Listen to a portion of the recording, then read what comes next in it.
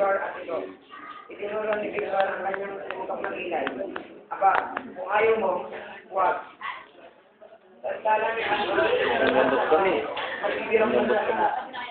Kaya mamenal ba yun? Sila naman ako dapat pagpalinagan. Mabuti ng malinaw at kamalabo sa gamitin ko. Anong mali ko?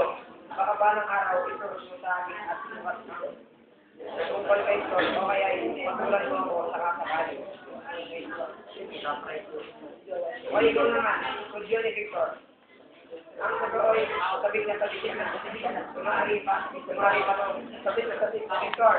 Parang nangangaral na ako ka ni Alma. Ayaw ko ng ganyan. Sinubulo lagi ang usapan. Hindi naman si Victor.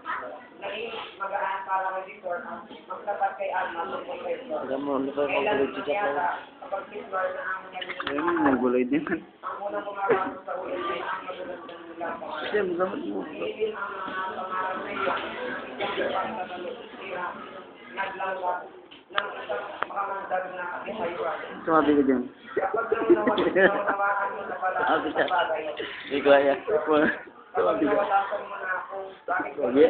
ganito ang isang lalaki, papaguhin mo Sabi ka dyan. dati mo akala. Yan po ang manyak. Manyak po yan.